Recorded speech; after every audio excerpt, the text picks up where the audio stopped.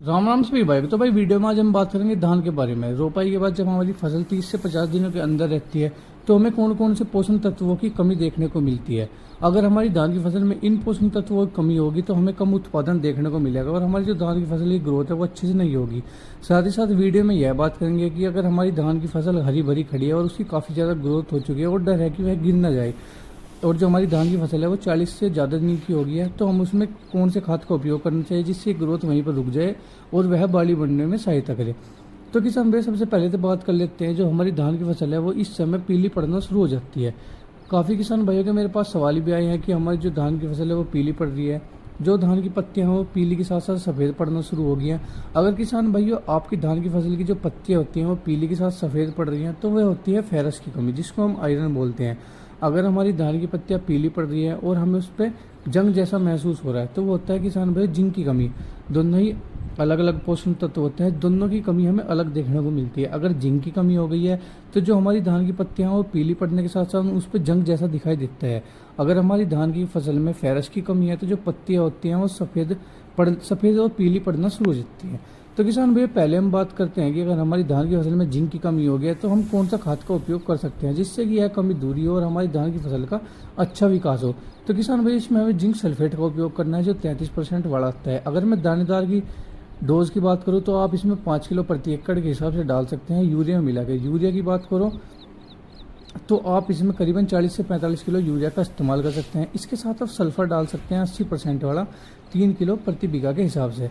तो किसान भाई वीडियो में अब हम बात करते हैं, अगर हमारी धान की फसल में फेरस की कमी हो गई है, जो हमारी धान की पत्तियां वो पीली के साथ साथ सफ़ेद पड़ रही हैं, तो हमें इसमें 19% वाला फेरस सल्फेट का उपयोग करना चाहिए साथ में यूरिया के। तो किसान भैया अगर आपको यह दोनों लक्षण एक साथ देखने को मिल रहे हैं तो एक काफ़ी अच्छा कॉम्बिनेशन आता है जिसका हम स्प्रे कर सकते हैं। तो 1 एकड़ की डोज की बात करते हैं, साथ साथ इसमें हमें 700 ग्राम जिंक सल्फेट लेना है जो कि 33% वाला आता है। साथ ही साथ फेरस सल्फेट लेना है 19% वाला, जो 600 जिसकी हमें डोज देनी है 600 ग्राम। इसके साथ हमें 1 किलो यूरिया लेना है, हमें इसे 150 से 160 लीटर पानी में मिलाकर पूरे खेत में स्प्रे कर देना है। एक बार फिर बात कर लेते हैं 33% वाला जिंक सल्फेट जिसकी लेनी है हमें क्वांटिटी 700 ग्राम 1 एकड़ में। साथ साथ फेरस सल्फेट 19% वाला जिसकी क्वांटिटी लेनी है 600 ग्राम पर एकड़ के हिसाब से। साथ साथ 1 किलो यूरिया का इस्तेमाल करना है, 150 से 160 लीटर पानी में मिलाकर स्प्रे कर देना है। तो किसान भैया एक बार ध्यान से सुन लीजिए आप, अगर हमारी धान की पत्तियां पीली पड़ रही हैं इसके साथ साथ सफ़ेद धब्बे दिखाई दे रहे हैं, सफ़ेद पीली पड़ रही हैं तो फेरस की कमी होती है। अगर हमारी धान की फसल जो पीली पड़ जाती है और हमें लग रहा है कि उस पर जंग जैसा कुछ लग रहा है तो वह जिंक की कमी होती है। अगर हम दानेदार खाद डालना चाहते हैं तो हम 5 किलो जिंक सल्फेट उसके साथ सल्फर 80% वाला 3 किलो और यूरिया करीबन 40 से 45 किलो लेकर अपनी धान की फसल में डाल देते हैं।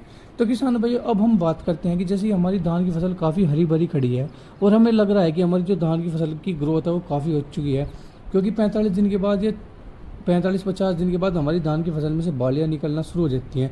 इस समय हमें अपनी धान की फसल में नाइट्रोजन का इस्तेमाल नहीं करना चाहिए। अगर हम इस समय अपनी धान की फसल में नाइट्रोजन का इस्तेमाल करते हैं तो जो हमारी धान की फसल की विकास है, मतलब कि ग्रोथ तो अच्छी होती है पर लेकिन बालियाँ नहीं बनती हैं। तो किसान भैया अगर हमारी धान की फसल हरी भरी है और लग रहा है कि वो आगे जाकर गिर सकती है तो हमें यूरिया के साथ साथ पीजीआर का इस्तेमाल करना चाहिए। यूरिया की मैं मात्रा की बात करूँ तो आपको करीबन 30 किलो यूरिया लेना चाहिए पर एकड़ में। पीजीआर जो कि प्लांट ग्रोथ रेगुलेटर होता है, वो हमारी धान की फसल या किसी भी फसल की ग्रोथ को रोक देता है और जो वो होता है फलों का विकास करता है। जैसे कि कोई फूल वाला पौधा होता है या फिर कोई फल वाला पौधा है तो पीजीआर के इस्तेमाल के बाद वह नहीं गिरते हैं। तो किसान भाई इस समय हमारी धान की फसल में रोग भी देखने को मिलता है, जैसे कि पत्ती लपेट हो गया, तना छेदक हो गया। तो किसान भाई इस समय अगर किसी किसान भाई के खेत में पत्ती लपेटे हुए तना छेदक जैसे खतरनाक कीट देख रहे हैं तो वे कार्टाप हाइड्रोक्लोराइड भी डाल सकते हैं। अगर मैं मात्रा की बात करूँ 1 एकड़ में तो 5 किलो प्रति एकड़ के हिसाब से ले सकते हैं। उसके साथ साथ आपको एक फंगिसाइड का इस्तेमाल भी करना है जो कि आता है थाइपनेट मिथाइल के नाम से। उसकी डोज की बात करूँ तो आप 500 ग्राम ले सकते हैं, दोनों को एक साथ मिलाकर डाल सकते हैं, क्योंकि आगे आने वाले समय में आपको आपकी धान की फसल में फंगस भी देखने को मिलेगी। तो किसान भैया एक पत्ती लपेट, तना छेदक और फंगस के बचाव के लिए आप कार्डाप हाइड्रोक्लोराइड 5 किलो प्रति एकड़ के हिसाब से उसके साथ थाइपनेट मिथाइल 500 ग्राम लगा सकते हैं। किसान भाई अगर आपको हमारी यह वीडियो अच्छी लगी हो तो वीडियो को लाइक करें, शेयर करें। धन्यवाद।